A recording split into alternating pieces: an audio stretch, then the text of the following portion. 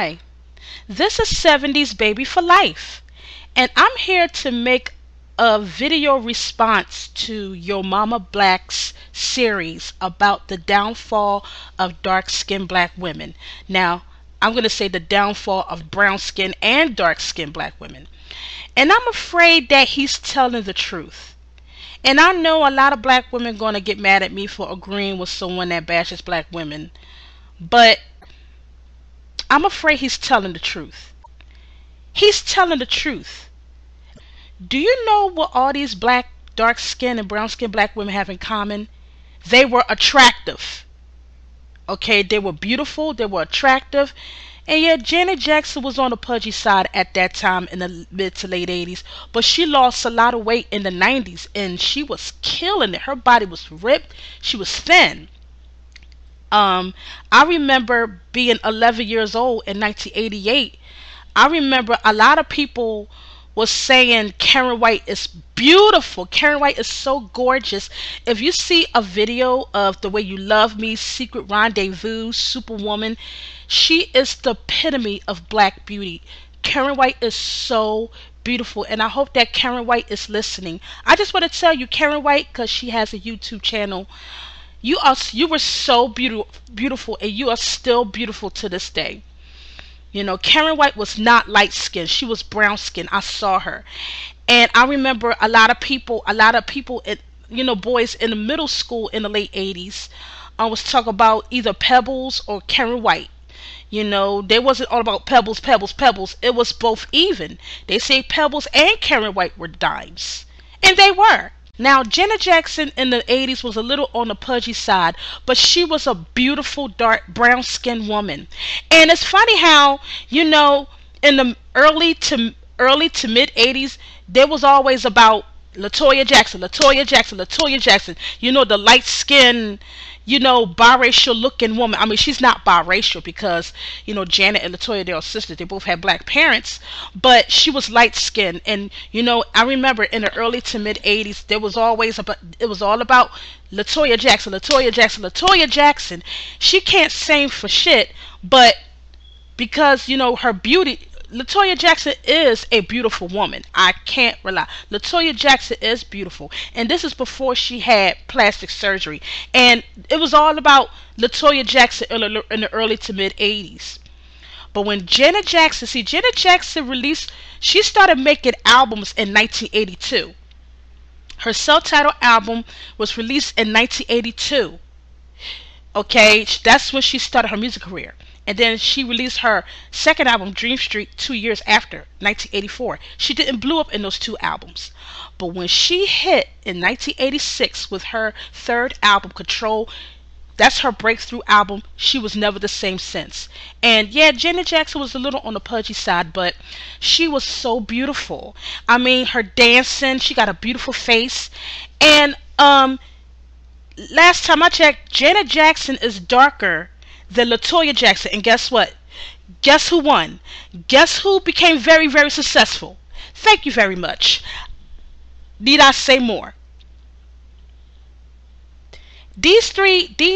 Karen White, Janet Jackson, Jodie Watley, Whitney Houston, Naomi Campbell, all of these brown-skinned and dark-skinned beautiful black women were killing it in the mid to late 80s and 90s.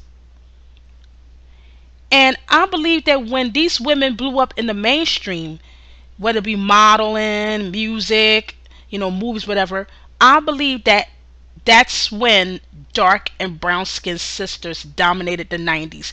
They became love interests in music videos, white and black. They became love interests in music videos, movies. They were at the forefront. And that's my opinion. I mean, people are not going to agree with me, but that's my opinion. But I'm going to tell you, I'm not the only one that sees this. I was there in the 90s. I was a teenager in 1990 to 1996. I was a teenager, and I was in my 20s in 1997 to 1999. So I spent all of my teens and early 20s in the 90s. And I see the difference. Yeah, you got Tyler Collins, she's a biracial light skinned woman. Yeah, you got, Mariah Carey. Yes, Mariah Carey was a light skinned, biracial. But I can only think of two light skinned sisters, light skinned and biracial women that were popular, and that's Sade and Mariah Carey. I was there in the 90s. And in the 90s, brown skinned and dark skinned black women did dominate the movies, music, and fashion market. I was there. A lot of people say that Tyra Banks is light skinned. No, she was not. Because in the 90s, she was brown skinned. Brown skin. The only, like I said before, the only two light skinned and biracial female artists that blew up, let me take that back. The only three light skinned and biracial female celebrities that really was very popular in the mid to late 80s and 90s was Halle Berry, Mariah Carey, and Sade. But the majority of the black women that dominated the mainstream were brown skinned and dark skinned women in the mid to late 80s and 90s. Like I said, the majority of black women that dominated the mid to late 80s and 90s pop culture were brown skinned and dark skinned black women like Toni Braxton, SWV, Escape, 702. You notice that the dark skinned female in the 90s, and these African American female groups in the 90s, you notice that the lead singers in this decade was dark skinned. Escape, 702, SWV. They were dark skinned and they were at the forefront. Mary J. Blige, Brownstone, Janet Jackson, Jodie Watley, Karen White, Whitney Houston, Desiree, Dionne Farris, B.N.G.B., Tishina Arnold, Teresa Randall, Angela Bassett, Nia Long, Vivica Fox, Nona Gay, Naomi Campbell, Tyra Banks, Lauryn Hill, Erykah Badu, Foxy Brown, Little Kim before the plastic surgery, Holly Robinson Peete, Robin Givens, Tatiana Ali, Chili, Elise Neal, Kenya Moore, etc., etc., etc. In the 90s, there were three teenage black girls that changed the music game in the 90s. And they were Aaliyah, Brandy, and Monica. Brandy is brown skin, y'all. Brandy is brown skin, and she's the darkest of the three. Yet she's more successful in the 90s than Aaliyah and Monica, who were both light skinned. She was America's sweetheart. She was a girl's next door. Yes, Brandy. She was in movies, advertisements, and magazines that geared toward white teenage girls like 17. She was the younger version of Whitney Houston in the 90s. She was everywhere. In the mid to late 80s and 90s, dark-skinned black women were seen as beautiful, elegant, slim, and feminine. I remember when I was in high school in the very early 90s, when boys were talking about TLC, they always said that Chili was the prettiest one in the group. And she's the darkest of the three. When they talked about SWV, they say that Lily and Coco were the prettiest ones. And in Escape, they said that Candy and Latasha were the prettiest ones in the group. They never mentioned Tiny. I was there. They never mentioned Tiny as the dime piece. I remember being 16 years old in 1993, and I heard boys in high school clowning the shit out of Tiny. I was there. So there you have it. In the 90s, brown-skinned and dark-skinned black women were more celebrated. I was there. I also agreed that in the new millennium, that's when things started to change. There were no more younger, attractive, successful, thin, brown-skinned and dark-skinned black women in the mainstream anymore. Brandy, Erykah Badu, and Lauryn Hill were the last attractive, successful, brown-skinned and dark-skinned black women in the mainstream, in the pop culture. Now, I noticed that at the turn of the decade, we are going back to the early to mid 80s, when Vanity Six and Apollonia and Troy Bayer and Ray Don Chung were dominated in the mainstream in the early to mid 80s. We're going back to the early to mid 80s when a black woman had to be very, very light skinned, racially ambiguous, or biracial to make it in the pop culture.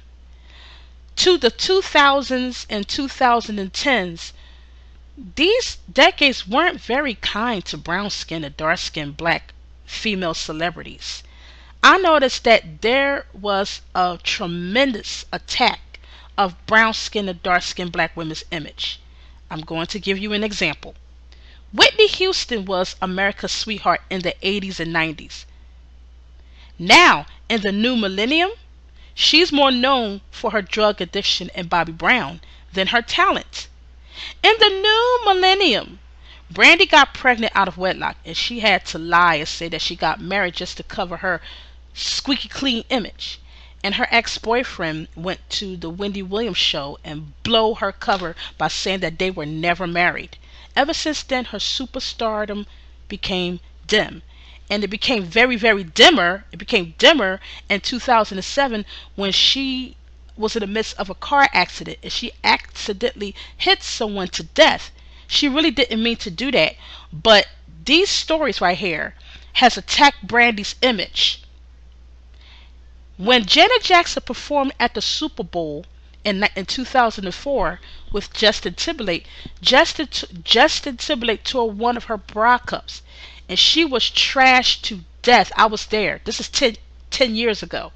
She was trash. She was, oh my God, they call her a nigger bitch. And I mean, they call her all kinds of names. The same people that uplift Janet Jackson put her there right along with Whitney Houston when it comes to superstardom. They love Janet Jackson in the mid to late 80s and 90s. They love her even in the early 2000s. But in the mid 2000s, when she performed at the Super Bowl with Justin Timberlake and he ripped one of her bra cups and her breasts was shown with a ring around the nipple. Oh my God, it was so ugly. I mean, I was reading blogs and forums. Oh, this bitch. Oh, she shouldn't have done that. How dare her? I have my family was out there. You know, the white America had to cover their children's eyes to not see this because, you know, a black woman's body is a black woman was once a beautiful thing in the 90s. It's considered taboo right now. In the 2000s, and she was trashed to death. I mean, they even went so far as making a documentary about Janet Jackson, seeing what is wrong with her brain. Why would she do such a thing? So they trashed this woman to death while Justin Timberlake go free. And ever since then, I never had any respect for Justin Timberlake after that. Thanks to white male privilege, Justin Timberlake back up.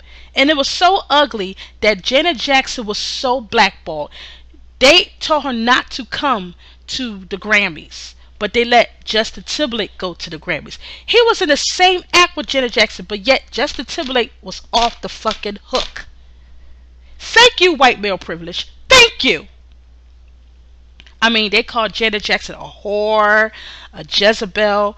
Well, these are the same people that embraced Janet Jackson in the mid to late 80s and 90s. But now that she did this thing at the Super Bowl, oh, let's trash this woman. They want these documentaries and these commercials. They want these magazines. They want to analyze what's wrong with Janet Jackson. What is in her brain that is making her do such a thing? And they had the nerve to go all the way back when she was doing Mae West in the mid-70s, when the Jacksons had a variety show in the mid-70s. They want to take it all the way back when she was doing Mae West. They was trying to say that Janet Jackson has always been sexual when she was doing Mae West. But little do they know that Janet Jackson was just playing Mae West. That doesn't make her a fucking whore. And I'm just so tired. I love Janet Jackson. When I was 8 years old, 9 years old, I looked up to Janet Jackson. I looked up to Whitney Houston. I looked up to Jodie Watley, all these beautiful brown-skinned and dark-skinned women. Because before that, I looked up to Madonna. I was looking up to Madonna, but when I was a little girl, I wanted someone that resembles me, brown skin, kinky, brown skin, or even if they're not as brown as me, that's closer to my complexion. And Janet Jackson fit that ultimate woman that I wanted to be like when I was a little girl. And when these people 10 years ago attacked this woman, tried to take it all the way back to the mid 70s, saying that she always been a Jezebel ever since she was 8, 9, and 10 years old, when she was doing a skit of Mae West, try to make it seem like she's a Jezebel, try to say that she always been sexual when she was a little girl. That is a lie. It was a variety show. It was a family variety show, just like Sonny and Cher in the 70s. They was doing a variety show, the Jacksons. She was playing a character. That doesn't make her a whore. And they trying to take that to mean that's what she did. That's why she did that in the Super Bowl. A Super Bowl. So what she did as a little girl did. What's that had to do with the Super Bowl incident? I was very mad when they attacked Janet Jackson. I was fired up. And Justin Timberlake just sit back and didn't do anything. He didn't even defend her. That's why after that I had no respect for Justin Timberlake. I used to like Justin Timberlake with NSYNC and all that. He was a good singer. But when he did this to Janet Jackson, he just let Janet Jackson bashed. He couldn't defend her. But he didn't. And I had no respect for Justin Timberlake.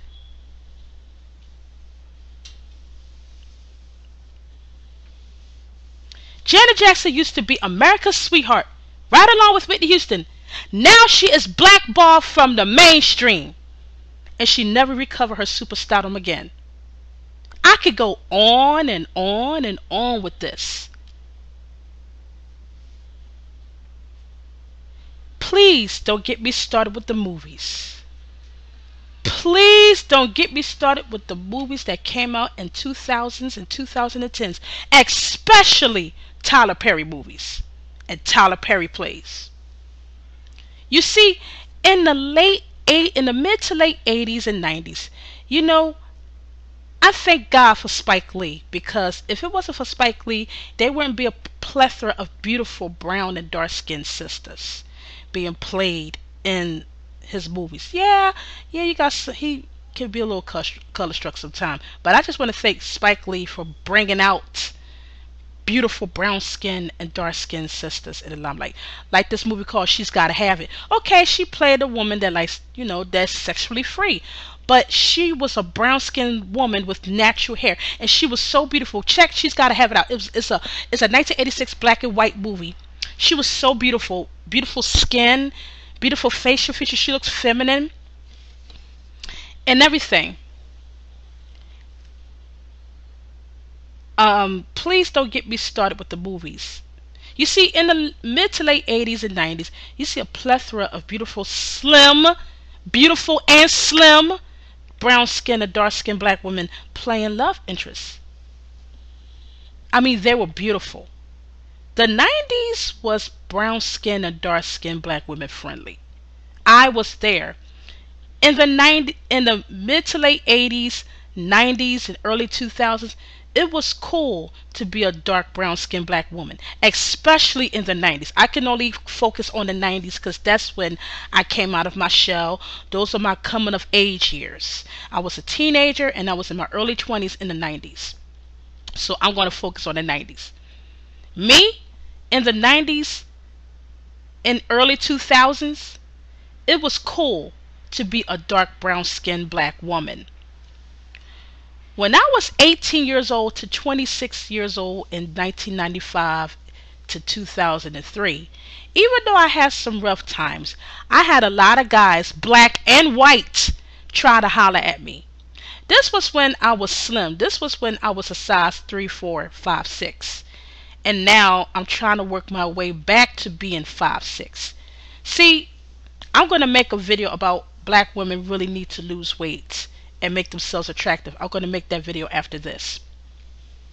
I was young. I was thin. I wear a size 3, 4, and 5, 6. And I want to go. And right now I'm a vegan. I'm losing weight slowly. and everything, and I'm doing a lot of walking, and I'm eating more healthier. And now I'm working my way, like I said, I'm working my way back to my old size, because I'm tired of black women saying that, whatever you weigh as a teenager, early 20s, you never go to weigh that again. That's bullshit. Okay, let's get back to how brown skinned and dark skinned black women were portrayed in the movies in 2000s and beyond. Now, like I said, back in the mid to late 80s and 90s, you didn't see that many heavy set, unattractive brown skinned and dark skinned black women in movies. I mean, you see some, you see it, but not as much as right now. Now in the 2000s and beyond, we are going back to the 1920s, 1930s, 1940s, and 1950s, whenever you see a brown skinned or dark skinned black actress in those years, she's fat and unattractive, and she's always playing a Mammy or a Jezebel or whatever. I've seen a lot of movies where brown skin and dark skinned black women, they were always fat and unattractive, like Precious, The Help, and all Tyler Perry movies. Don't get me started. All of these other movies that came out in 2000s and beyond. And if you look at commercials, I mean the commercials, why is it that they always have a big fat dark skinned or brown skinned black woman being put sided with a thin, slim, beautiful white woman or any non-black woman? Watch every movie, every TV show, and every commercial, and this is the same shit. You got these beautiful, slim, attractive non-black women, but when it comes to a brown skinned or dark skinned black woman in there, she's fat and unattractive. They want to create this notion that all black women are fat and ugly and stay away from them, because they know that the most powerful agent that a woman has is her beauty. And they don't want black women to have that same power. Her power, a woman's power, is her beauty, and they do not want that for black women. So instead of using a Gabrielle Union or a Kelly Rowland type of brown skin and dark skinned black women, they use the Gabourey Sidibe type of black women, or a Amber Riley type of black women. Now, Amber Riley has a pretty face, and Gabourey Sidibe has a pretty face, but they're fat. And they want to make sure that black women, right along with all the non-black women, they want to make sure that black women looks undesirable, fat and unattractive, because being fat is unattractive. To create this notion that black women are ugly, they're all fat, they're all ghetto, they're all this. And don't get me started on reality TV shows that was popping up in 2000s and 2010s. You notice that the most darkest female in these reality shows is fat, unattractive, ghetto, Jezebel. You didn't see this shit in the mid to late. You didn't see that in the mid to late 80s. You didn't see that in the 90s. You didn't see fat and unattractive brown skinned and dark skinned black women being pushed in the forefront in the 90s. No, you did not. I was there. Because I always see beautiful brown skinned and dark skinned black women being pushed in the forefront in the mid to late 80s and 90s.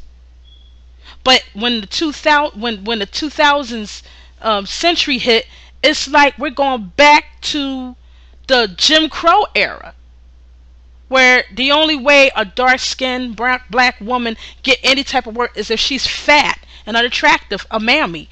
And I noticed that when the millennium hit, they always use like I said, they're either old. When they do use brown skin and dark skinned black women, she's either old, fat, and ugly.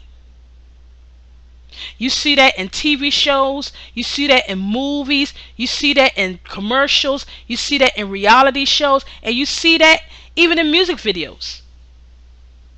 She's either a Jezebel, a Sapphire. And if they do decide to get an attractive black woman, she's either biracial or very, very fair skinned, to make it seem like the only way for a black woman to be attractive is if she's mixed with white or any non-black blood. They're not going to use a Gabrielle Union or a Kelly Rowland to be with other beautiful non-black women. No, they're not going to do that. And then, like I said, in the show Glee, they made sure that Amber Riley is a fat mammy. Like, I don't watch Glee, that's for kids, but I noticed that the majority of the non-black women, all non-black women, were thin, attractive, young, with angelical faces.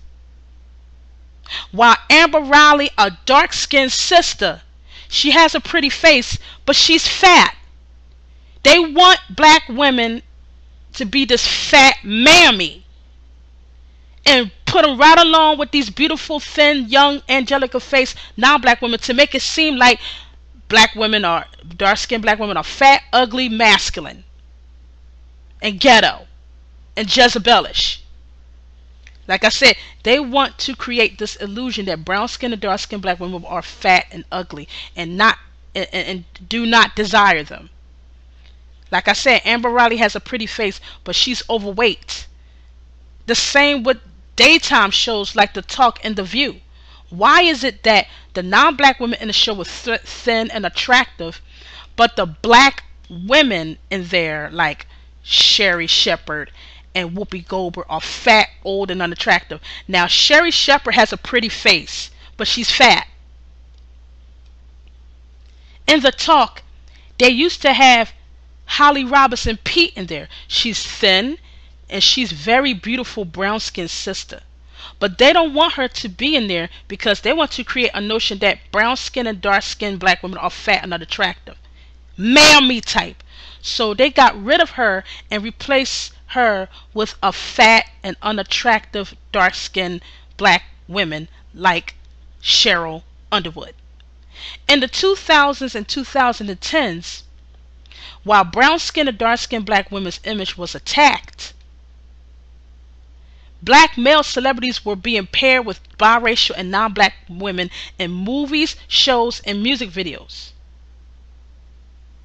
In the 2000s and 2010s, you don't see black women in pop culture anymore unless she's fat and unattractive, when she's of no threat, or if she is attractive, that means she has white in her that makes her attractive.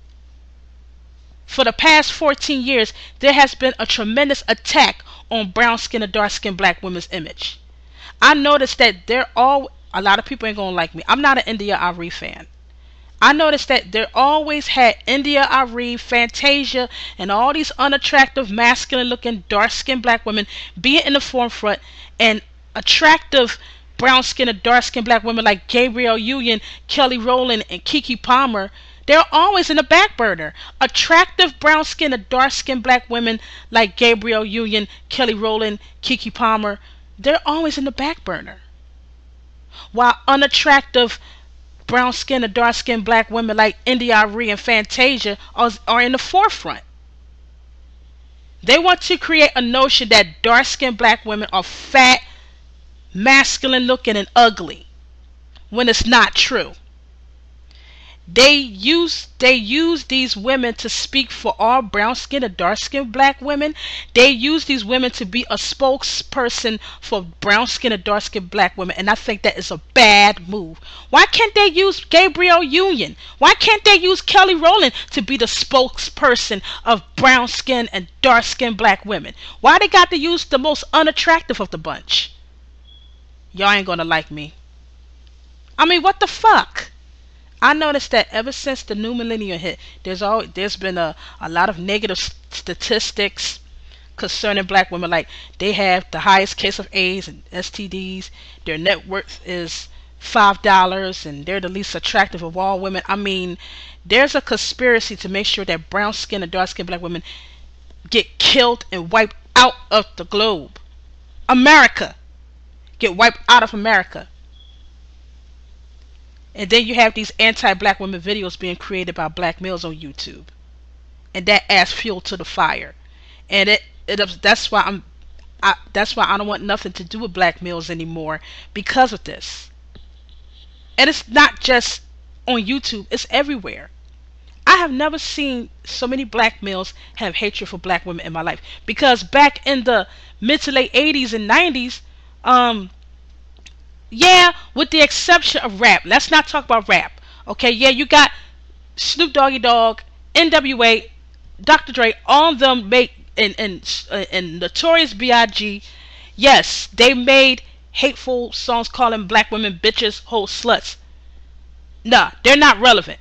We're not talking about that. We're talking about just black men who are not famous, black males who are not famous.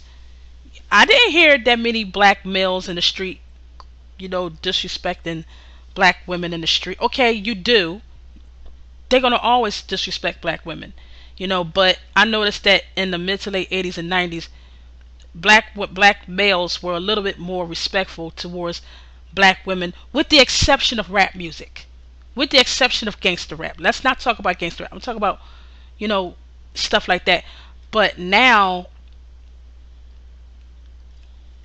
there's a gender war between black men and black women, and now I'm at the point where I've had it with black males. I don't want to have nothing to do with them anymore. Um, that's all I have to say about that. Like I said, a lot of people may not like it, like the fact that I'm agreeing with Your Mama Black, but he is telling the truth. He's telling the truth, because there was, in the mid to late 80s and 90s and early 2000s, dark skinned and brown skinned women were seen as, they were attractive, they were slim, they were not fat, they were feminine and all that. They were beautiful. But now, when 2000 hit, it's like we're going back to the Jim Crow era. You don't see that many attractive, slim, elegant, brown skinned and dark skinned women anymore. They are being replaced by fat, unattractive, masculine, brown skinned and dark skinned women. He's telling the truth. And I know a lot of people are not going to like me for agreeing with him, but he is telling the truth in that video. My name is 70s Baby for Life, and thank you for your time. Peace.